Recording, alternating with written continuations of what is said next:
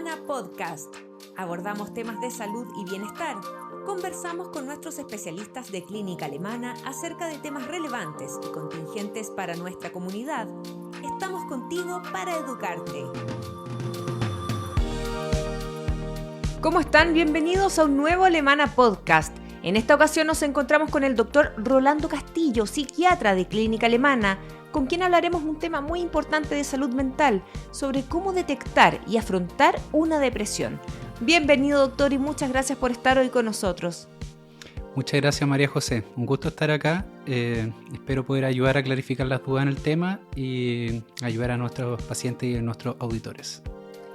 Muchas gracias por estar con nosotros, doctor.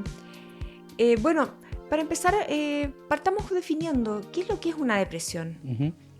Sí, una depresión, en términos muy gruesos, es básicamente la disminución del ánimo, entendido como la motivación, las ganas de hacer cosas, pero también entendido como la capacidad de experimentar placer y de disfrutar la vida que uno vive. Dependiendo un poco de las definiciones específicas, podrán haber algunos criterios de otros síntomas, de duraciones, que los podemos ir conversando más adelante, pero en definitiva es un poco eso, una depresión. ¿Y cómo se diagnostica una depresión? Sí, la depresión se diagnostica cuando este ánimo depresivo, esta desmotivación que te comentaba, o pérdida de placer por las cosas, dura más allá de 2 semanas. Ese es el tiempo en el cual uno logra discriminar que es algo ya que uno debe considerar como posiblemente patológico, que merece una consulta, y que no es tal vez una fluctuación normal, entendiendo que todos podemos tener bajones, momentos más malos, rabias que puedan durar 1, 2, 3 días, una semana incluso, pero ya 2 semanas, casi todo el tiempo, casi todos los días, está más sospechoso y hay algo que se instaló que tiene que verse.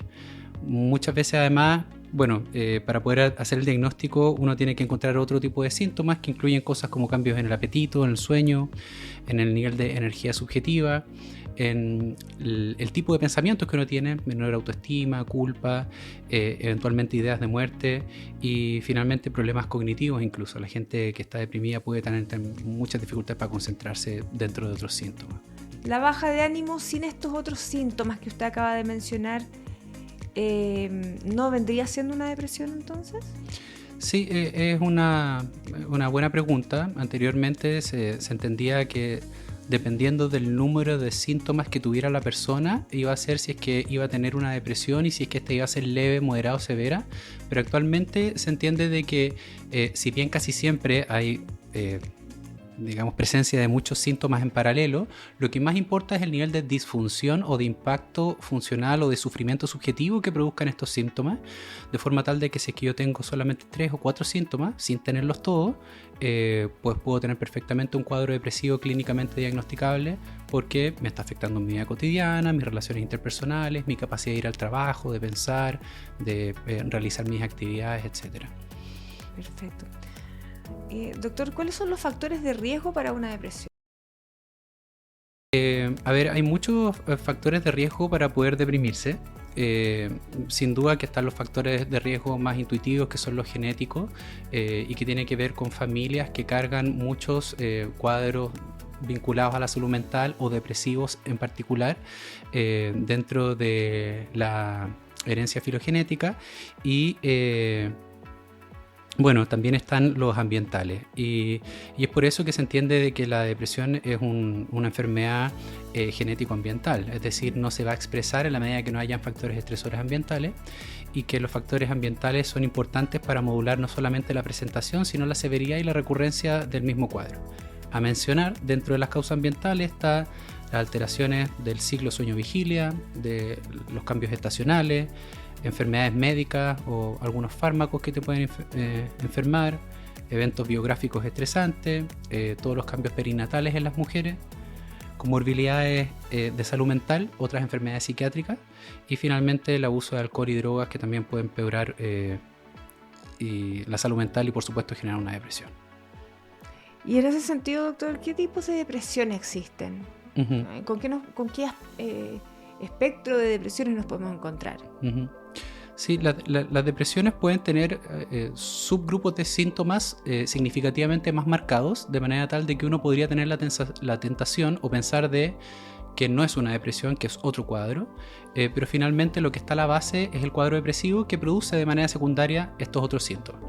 Algunos subtipos de estos cuadros depresivos pueden ser las depresiones con síntomas ansiosos marcados, es decir, donde más que los sentimientos de tristeza, desánimo o desmotivación, lo que comanda el cuadro son los síntomas ansiosos, a mencionar cosas como el nivel de tensión subjetiva, la preocupación, el catastrofismo, el nivel de estrés subjetivo, corporal, de manera tal de que las personas piensan que están estresadas, pero uno pregunta un poquito más allá, bueno, y le cuesta disfrutar, no están tan motivadas, están continuamente desanimadas y finalmente eso configura una depresión con síntomas ansiosos.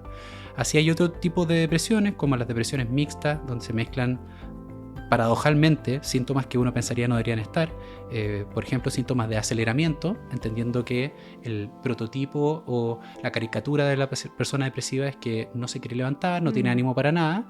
Bueno, una persona que está con una mixtura depresiva puede estar profundamente deprimido, pero haciendo miles de compras, manejando rápido, hablando rápido, digamos, y eso es un subtipo de depresión muy riesgosa porque pueden tener sentimientos muy culposos, eventualmente sentimientos de muerte, y eso les da un riesgo adicional a la hora de intentar hacer cosas en contra de ellos por el nivel de impulsividad con el que están.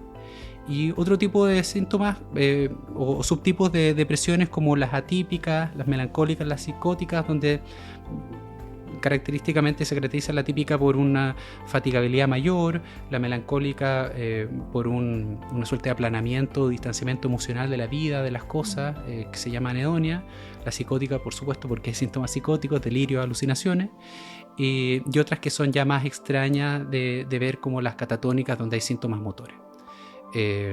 La depresión postparto o periparto tiene también su catalogación particular por las características que hay alrededor de ella, y las estacionales también es un grupo aparte, pero esos serían como los tipos. En el fondo hay varios tipos y es importante identificarlas porque pudiera ser que yo no identifique la depresión como síntoma cardinal, sino que los síntomas accesorios, y finalmente es una depresión igual. ¿Cuáles son las potenciales complicaciones de una depresión, o si es que no la detecto a tiempo y esta se desarrolla por mucho tiempo, si es que sin un tratamiento correcto?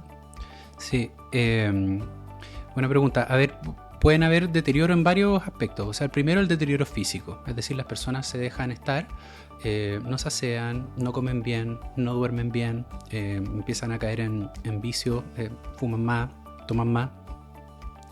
Y eso obviamente puede llevar a sobrepeso, a adicciones, a agravamiento de enfermedades médicas, a mencionar problemas cardiovasculares, respiratorios, inmunológicos, y por lo mismo puede llevar a muerte precoz. Es decir, las personas deprimidas no solamente fallecen por suicidio, sino que también tienen mayor muerte precoz por enfermedades médicas. Es decir, cualquier enfermedad médica que uno tenga se va a agravar con una depresión, y una depresión al mismo tiempo puede generar enfermedades médicas que no existían por el cambio abrupto de los estilos de vida que una persona puede generar.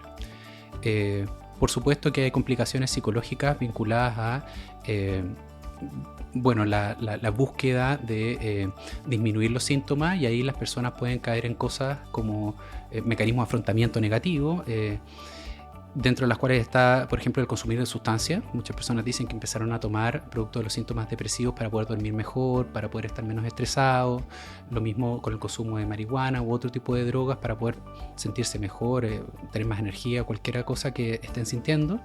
Así como de repente también hacer conductas agresivas contra ellos mismos con la intención de modular la ansiedad o eventualmente dañarse a tal punto de quitarse la vida. Cosas que se ven, por ejemplo, muy frecuentemente en los adolescentes, que cuando están deprimidos y están con síntomas ansiosos o irritabilidad muy potente, claro, buscan hacerse daño para poder regular emocionalmente esta sensación psicológica tan mala y traspasarla al cuerpo como modo de distracción dentro de otras posibilidades que se pueden dar. Y finalmente hay complicaciones sociales. Las personas se aíslan, pierden su red de apoyo, empiezan a quedar solas, lo cual perpetúa el ciclo depresivo, o comienzan a tener problemas en el trabajo porque llegan tarde, problemas con la pareja porque no están participando en las actividades del hogar, problemas con la familia porque tienen menos comunicación que lo que era habitual, y finalmente se les complica toda la vida, haciendo que esto sea una bola de nieve que crece y crece y crece. Entonces es muy importante hablar de esto para pillarlo temprano y no dejar que se agraven las cosas. Claro. ¿Y cómo... ¿qué pasa con el entorno también? Porque muchas veces la persona, claro, se empieza a aislar. ¿Qué pasa con el entorno? ¿Cómo lo puede detectar el entorno más cercano para poder apoyar también a esta persona que tiene estos síntomas y poder motivarla a que busque ayuda? Sí. Bueno, obviamente el mundo ideal es que la persona tenga un autoconocimiento y una humildad suficiente para poder entender qué es lo que le pasa y poder mencionarlo frente a otras personas, para que así pueda generarse un feedback positivo y una toma de decisiones para buscar ayuda y resolver el problema. Pero como se entiende que eso no es lo que ocurre la mayoría de las veces, entendiendo que estamos en un país donde todavía hay muchos prejuicios, se habla poco o se sabe poco de estos temas, pues entonces, claro, hay que parar las antenas, como tal vez indirectamente me estás preguntando, para poder ver en qué fijarse. Y lo más típico son el cambio más radical en los hábitos. O sea, no quieren salir, no quieren hacer cosas. Los fines de semana, en vez de, no sé, ir al cine, salir a pasear con los niños, sacar a pasear al perro, prefieren quedarse tirados en la cama, no hacer grandes cuestiones. Empiezan a despreocuparse por cuestiones de las cuales antes se preocupaban, de su aspecto personal, de sus hábitos. Empiezan a quedar más sedentarios, a hacer menos cuestiones. En el fondo quedan de alguna manera frente a los ojos del resto como personas que están en un modo por default o modo por defecto. O sea, están haciendo lo mínimo para poder sobrevivir y sacar adelante las cuestiones de manera tal de que cualquier cosa accesoria los colapsa. La tolerancia al estrés habitualmente está muy disminuida y también eso podría ser un síntoma indirecto de que esta persona está funcionando a un nivel de rendimiento muy menor a lo habitual. Y por supuesto que todas las complicaciones que mencioné después también son signos de alarma: conductas suicidas, hablar mucho de la muerte, aislarse socialmente, consumir drogas o empezar a tener enfermedades médicas producto del dejarse estar. Son cosas ya bastante evidentes y que habría que empezar a reflexionarlas como posibles correlaciones al cuadro depresivo. ¿Cómo se trata una depresión, doctor? A ver, el tratamiento de una depresión siempre tiene que ser, bueno, obviamente biológico, psicológico y social. Tiene que tener un impacto en los tres aspectos, y uno parte siempre por recomendar hábitos saludables. Es decir, es muy difícil en rehabilitar a una persona que tiene malos hábitos.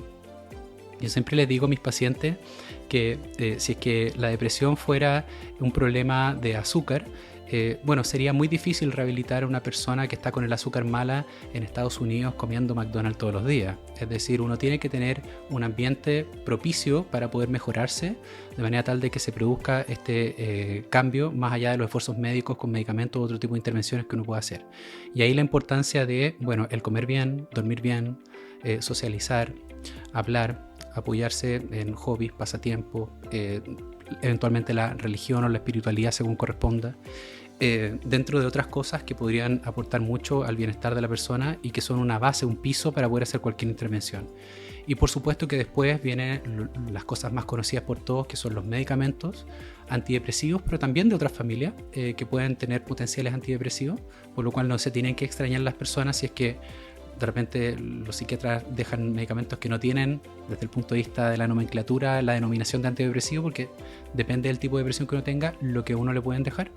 Y bueno, la psicoterapia tiene muchos roles: orientar a las personas, psicoeducarlas, ser capaz de contenerlas en crisis y por supuesto que intervenir para romper los círculos viciosos del pensamiento y de las relaciones interpersonales, para que uno pueda salir de la depresión y prevenir futuras caídas.